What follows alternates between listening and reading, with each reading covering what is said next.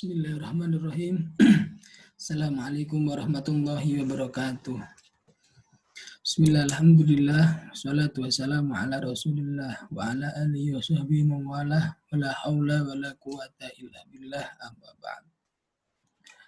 Ya, di sini saya Ahmad Ani Fatahna akan sedikit menyampaikan materi tentang peradaban Islam masa Nabi Muhammadin Sallallahu Alaihi Wasallam, terkhusus pada fase Makkah.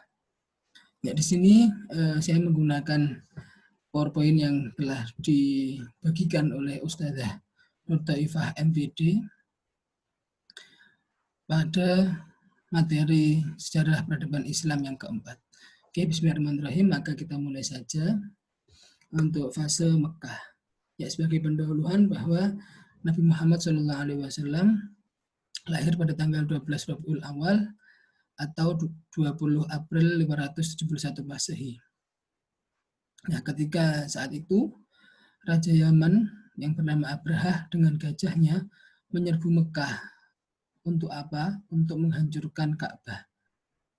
Sehingga tahun itu dinamakan tahun gajah. Nah, kenapa kok pada saat itu Abrahah berencana untuk menghancurkan Ka'bah? Karena pada zaman itu, sebelum adanya Islam, agama-agama zaman dahulu itu bisa dikatakan kalau sekarang pusat Islam itu di Mekah untuk dilaksanakan haji dan umroh, pada saat itu ada juga tempat yang bisa digunakan pusat keagamaan pada saat itu, yaitu di Yaman.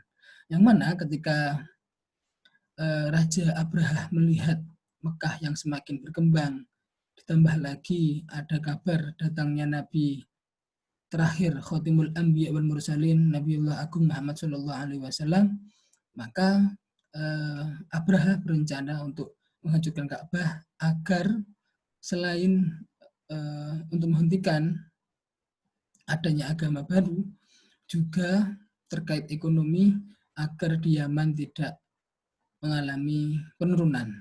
Jadi sebelum itu terjadi, Abraham menyerang bersama pasukannya yang berjumlah tidak sedikit untuk menghancurkan Ka'bah. Nah, pada saat itulah Nabiullah Agung Muhammad SAW lahir sehingga dinamakan tahun gajah. Nah, beliau sendiri telah menjadi yatim ketika masih dalam kandungan ibunya. Dan akhirnya di usia 8 tahun ibunya pun berpulang. Sehingga beliau menjadi yatim piatu dan akhirnya diasuh oleh kakek dan juga pamannya. Kakeknya Abdul Muthalib dan pamannya Sayyidina Abu Thalib. Nah, tidak lama Abdul Muthalib pun juga meninggal dan akhirnya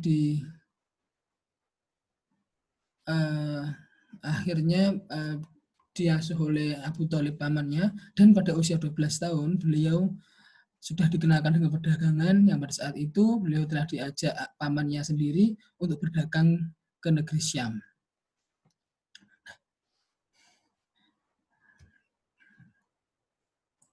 Kita lanjutkan. Nah, pada masa kerasulan, pada saat tahun kapan dan umur berapa Rasulullah SAW dianggap menjadi Rasulullah Allah Subhanahu wa Ta'ala, yaitu pada saat beliau berumur 40 tahun, yang mana beliau melakukan menyendiri di Gua Hira pada tanggal 17 Ramadan 611 Masehi di Gua Hira. Nah, pada saat itulah malaikat Jibril itu muncul di depan Nabi Muhammad SAW untuk menyampaikan wahyu Allah yang pertama. Nah, pertanyaannya, pada saat itu Islam belum ada.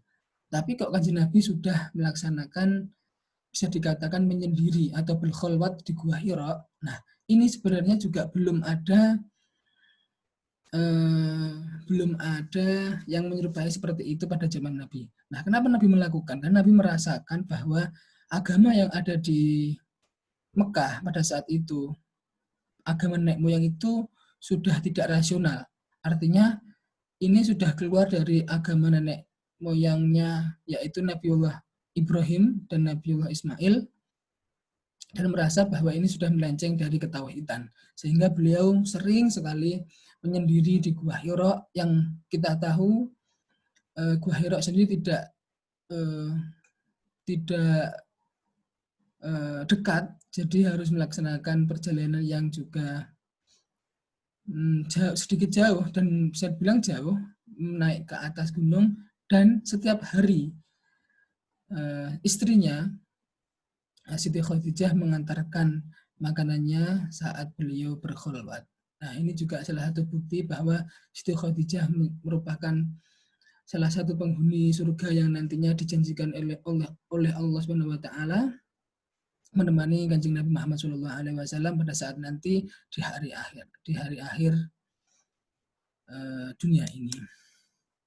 Nah, pada saat itu usia Nabi menjelang 40 tahun. Artinya sudah 15 tahun berumah tangga dengan Siti Khadijah. Artinya Siti Khadijah sudah menemani Kanjeng Nabi sebelum masa kenabian 15 tahun lamanya, dan melihat tanda-tanda kenabian pada Nabi. Nah, ini yang kita perlu perhatikan, bahwa Siti Khadijah pun sebenarnya juga sudah mengerti, dan beliau tidak termasuk orang-orang yang menyekutukan Allah dalam hal tauhid. Walaupun pada zaman itu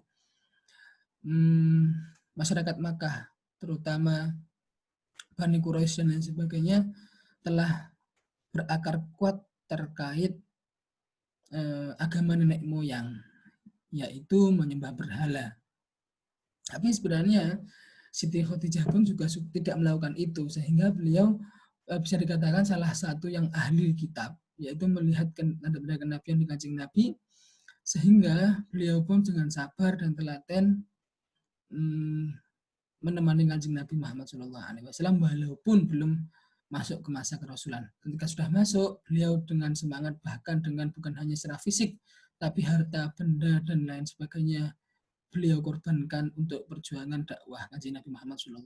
Bahkan salah satunya diceritakan bahwa Siti Khadijah pernah dawuh kepada Kanjeng Nabi bahwa, "Ya Rasulullah, katakanlah hartaku sudah tidak ada lagi sama sekali untuk membantu dakwahmu untuk menyebarkan agama Islam, dan aku pun telah mati. Maka ambillah sisa-sisa tulangku untuk dakwahmu. Apabila engkau menyeberangi sungai, buatlah itu untuk menyeberanginya." Bagaimana kita tidak menangis melihat perjuangan Siti Khadijah dalam ikut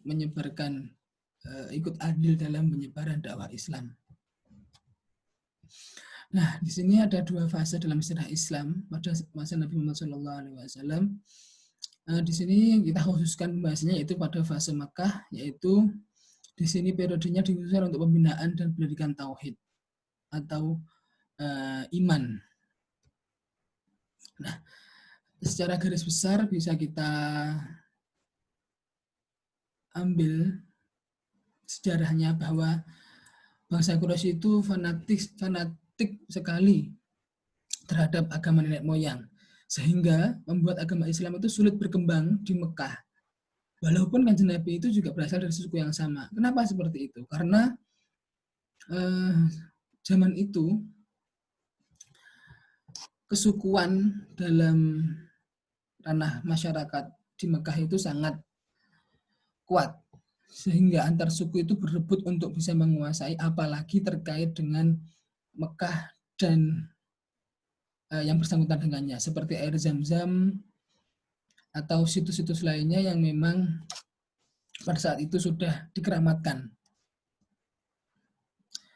Nah, pada zaman periode Mekah ini, secara umum kebijakan dakwah yang dilakukan Kanjeng Nabi adalah dengan menonjolkan kepemimpinannya, bukan kenabiannya. Kenapa seperti itu? Kita bahas setelahnya, bahwa ini juga terkait dakwah secara terang-terangan dan secara diam-diam. Nah, ini dia yang saya sebut tadi, untuk bagaimana cara Rasulullah menyebarkan agama Islam di awal fase kenabian dan kerasulan pada saat di Mekah. Pertama, dakwahnya itu dilakukan secara diam-diam.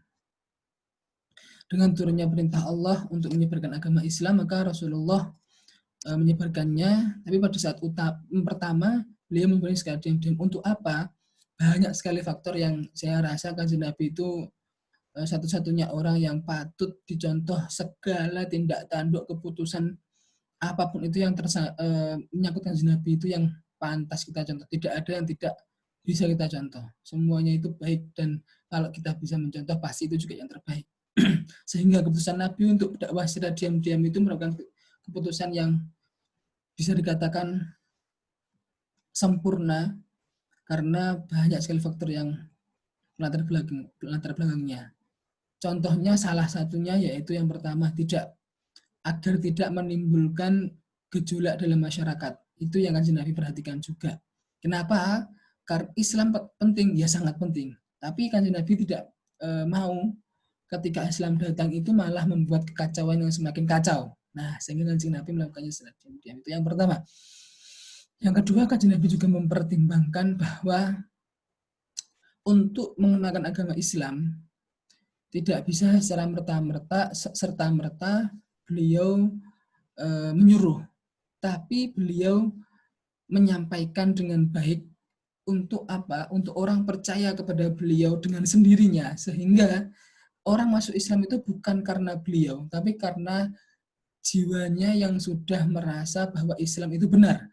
Sehingga orang-orang masuk ke Islam itu bukan hanya berislam, tapi juga beriman. Dan lain sebagainya latar belakang. Jadi kalau kita mau bedah banyak sekali memang latar belakang Rasulullah SAW pertama kali menyebarkan dakwahnya secara diam-diam, dan itu merupakan keputusan yang sangat penting bagi penyebaran agama Islam di fase-fase awal. Dan pastinya ketika secara diam-diam itu dilakukannya secara diam-diam penyebaran agama Islamnya, dakwahnya, ya barang tentu sudah pasti yang menjadi pengikut utamanya bisa dikatakan dari golongan keluarga, sahabat-sahabat beliau terdekat, atau kalau zaman sekarang bisa dikatakan ring satu dari beliau lah yang ikut menjadi pengikut beliau. Nah, ini orang-orang yang mula-mula beriman adalah istri beliau sendiri, Sayyidatina Khadijah al-Kubra. Nah, seperti yang saya sampaikan di awal tadi bahwa perjuangan Sayyidatina Khadijah sama sekali tidak bisa kita anggap remeh.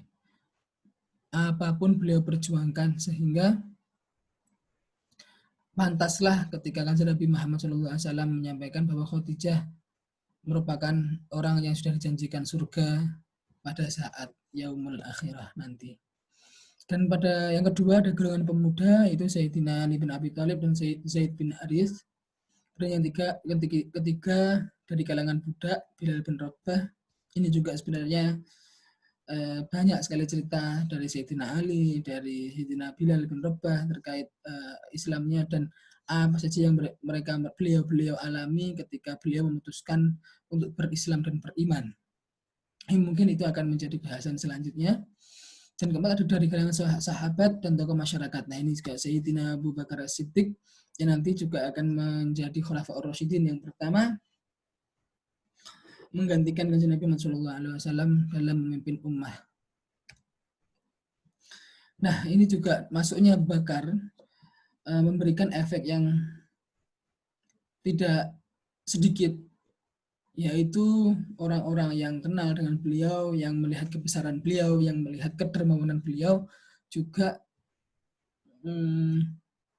mengikuti jejak beliau untuk masuk kepada Islam. Dan orang-orang tersebut kita kenal dengan nama As-Sabiqun al-Awwalun, yaitu orang-orang yang terdahulu masuk Islam. Antara lain yaitu ada Utsman bin Affan, Zubair bin Awam, Talha bin Ubaidillah, Fatimah binti Khattab, Arqam bin Abdul Arqam, dan lain-lain. Fatimah binti Khattab ini juga sebenarnya ada cerita yang nantinya membuat Sayyidina Umar bin Khattab masuk Islam karena anaknya. Ketika anaknya melantunkan Al-Quran, Sayyidina Umar tidak sengaja masuk ke dalam kamarnya dan mendengar dengan apa yang dibaca oleh adiknya ini, anaknya ini merasa lembut, merasa hatinya tidak tidak sedih. Jadi merasa bahwa ini syair apa yang dibaca oleh anaknya oleh adiknya sehingga kok bisa menyejukkan hatinya. Ketika ditanya, maka dikatakan bahwa ini bukan syair, tetapi ini merupakan Al-Quran. Al-Quran yaitu kitab suci dari agama Islam yang dibawa oleh Kanjeng Nabi Muhammad SAW. Nah, ketika itu Sayyidina Umar yang dikenal sebagai pedangnya atau singanya Islam, pada saat itu belum masuk Islam, dan beliau memang dikenal sebagai orang yang kuat dalam beradu fisik dan ditakuti. Bahkan hadis Nabi pernah menyampaikan bahwa ketika Sayyidina Umar jalan, setan pun akan minggir karena ketidakberaniannya akan Sayyidina Umar. Sebegitu hebatnya Sayyidina Umar. Sehingga saat itu ketika hatinya merasa tenang, beliau mendatangi Rasulullah dalam-dalamnya, yang ketika itu di dalamnya ada beberapa sahabat yang mengetahui bahwa Sayyidina Umar datang, ketakutan dan tidak dibukakan karena takut bahwa Sayyidina Umar akan membunuh Kanjeng Nabi. Ternyata Kanjeng Nabi malah mempersilahkan dengan baik Sayyidina Umar masuk, dan ternyata yang diduga oleh sahabat salah. Sayyidina Umar malah menyatakan syahadat di depan Kanjeng Nabi secara langsung, dan itu juga menjadi salah satu pengkabulan doa Kanjeng Nabi yang meminta salah satu dari Umar yang ada di Mekah untuk masuk Islam, yaitu Sayyidina Umar bin Khattab radhiyallahu anhu. Nah, pada saat selanjutnya turunlah ayat surah Al-Hijr ayat 94 yang berbunyi A'udzubillahi minasyaitonirrajim fasda' bima tu'maru wa a'rudz 'anil musyrikin, yang berarti maka sampaikanlah olehmu secara terang-terangan segala apa yang diperintahkan kepadamu dan berpalinglah dari orang-orang yang musyrik. Ini menjadi penanda Kanjeng Nabi dari Allah Subhanahu wa taala untuk berdakwah secara terang-terangan, tidak diam-diam lagi sebagaimana awal, karena itulah timing yang diberikan Allah untuk Kanjeng Nabi untuk lebih memperluas dalam berdakwah, dan telah melihat kondisi Mekah pada saat itu sudah sedikit banyak masyarakat Quraisy telah melihat bahwa Kanjeng Nabi sudah menjadi nabi dan ajaran Islam sudah mulai berkembang. Walaupun seperti itu, pemimpin Quraisy berusaha mengalami dakwah Rasul, dan semakin bertambah jumlah pengikut Nabi, maka semakin keras tantangan yang dilancarkan oleh kaum Quraisy. Dakwah-dakwah yang dimulai Nabi ini mendapatkan penolakan dari masyarakat Quraisy. Nah, penolakan ini ada beberapa macam. Bisa kita katakan dengan lunak, dan lunak ini merupakan propaganda bahwa Nabi itu bukan seorang Nabi. Nabi itu adalah seorang pembohong, seorang penjahat, orang perpecahan di kalangan bangsa Arab dan lain sebagainya. Dan semi lunak yaitu membujuk Nabi untuk menghentikan dakwah Islamiyah yang dengan cara kasar dan keji, yaitu dengan melakukan penyiksaan atau penganiayaan baik secara fisik maupun non fisik. Nah, ini salah satu cerita juga hadis yang menjelaskan Kanjeng Nabi ketika sholat di depan Ka'bah, beliau sedang sujud bahkan sampai dilempari kotoran unta. Astagfirullah. Pada saat itu para sahabat melihat kejadian itu ingin melawan pada yang melakukannya, tapi Kanjeng Nabi tidak memperbolehkan. Karena apa? Ya karena memang orang-orang itu belum dapat hidayah Islamiyah sehingga melakukan hal seperti itu. Dan Kanjeng Nabi mendoakan bahwa orang-orang seperti itu bisa mendapatkan hidayah sehingga bisa beriman dan berislam. Nah, ini yang tadi sempat saya sampaikan beberapa faktor-faktor atau latar belakang orang-orang Quraisy menentang serangan Islam, yaitu politik kekuasaan, yaitu kenabian dengan kekuasaan. Mereka mengira bahwa tunduk kepada selain Nabi Muhammad berarti tunduk kepada kemudian Bani Abdul Muthalib. Nah, ini yang saya singgung tadi bahwa pada saat itu di Mekah, di Hijaz, kesukuan itu sangatlah kuat. Sehingga antar bani itu sama-sama beradu kuat agar bisa menjadi pemimpin. Sehingga ketika antar bani itu telah menjadi pemimpin dan bisa menjadi yang memperkokoh keturunan yang menjadi orang yang terkuat, bisa disegani dan menjadi pemimpin dari seluruh bani. Nah, itulah yang ditakutkan dari bani-bani yang lain.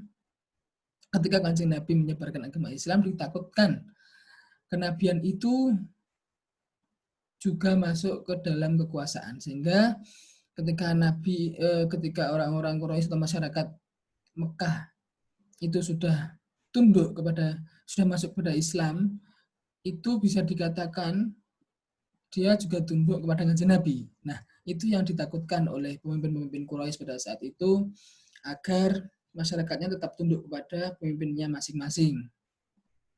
Kemudian yang kedua ada sosial. Nabi Muhammad menyeru kepada hak bangsawan dengan hamba sahaya. Nah, kita tahu sendiri bahwa Islam tidak membeda-bedakan dan tidak ada kasta dalam Islam. Antara yang kaya dan miskin sama saja. Antara yang punya harta banyak dengan yang tidak sama saja. Yang membedakan adalah apa? Takwa. Sehingga itu menjadi salah satu ketakutan dari orang-orang Quraisy, karena pada saat itu hamba sahaya dan bangsawan itu sangat berbeda. Budak dengan majikannya itu sangat berbeda hak dan kewajibannya. Bangsawan, orang yang kaya, bisa memperlakukan semena-mena dengan orang-orang miskin, dengan budak, apalagi budaknya sendiri, dan lain sebagainya. Nah, sistem itu yang pada Islam tidak ada dan dihapuskan. Sehingga strata sosial seperti itu yang ditakutkan akan merubah dogma atau mindset dari masyarakat yang akan bisa membuat para budak dan orang hamba sahaya itu menuntut hak setara dengan bangsawan. Dan itulah yang dibawa Islam. Yang ketiga adalah agama. Para Quraisy tidak dapat menerima ajaran tentang kebangkitan kembali dan pembalasan di akhirat. Nah, ini juga para Quraisy itu tidak percaya akan adanya hari akhir. Dia percaya bahwa setelah mati, ya berarti sudah selesai dari apa yang akan dia alami.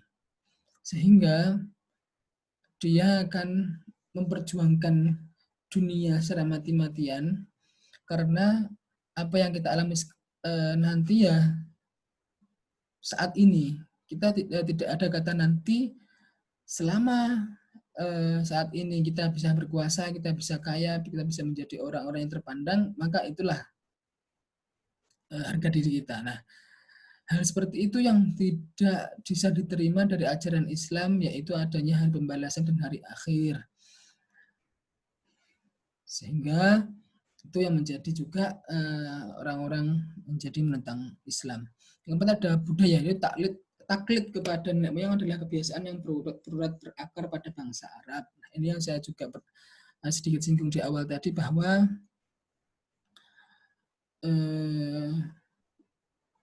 percaya atau taklid buta atau mengikuti ajaran nenek moyang secara buta, tidak melihat itu benar atau salah. Yang penting dilakukan, itu juga terjadi pada budaya Arab pada saat itu. Padahal dulunya Nabi Ibrahim, Nabi Ismail sudah jelas ketauhidannya, atau kita bisa lihat kalau di Al-Quran kita sebut sebagai Hanafiyun atau Hanafi, yang artinya juga beliau adalah yang mengikuti ajaran ketauhidan, keesaan Allah. Sedangkan seiring berjalannya waktu digantikan oleh ajaran-ajaran untuk menyembah berhala, dan itu yang diakui atau dilakukan masyarakat Arab sebelum Nabi hidup. Yang kelima adalah ekonomi. Pemahat dan penjual patung memandang Islam sebagai penghalang rezeki. Nah, Ini kan ya pastinya ketika Islam tidak memperbolehkan adanya patung atau sesembahan yang diserupakan atau dirupakan barang, maka sudah berantu yang dulunya memahat dan menjual patung untuk sesembahan orang-orang masyarakat Arab, maka sudah tidak laku lagi karena Tuhannya orang Islam adalah Allah Subhanahu wa taala yang tidak bisa dijangkau oleh akal, oleh penglihatan, oleh pikiran dan lain sebagainya. Yang tentunya ialah satu-satunya tidak beranak dan tidak diperanakkan.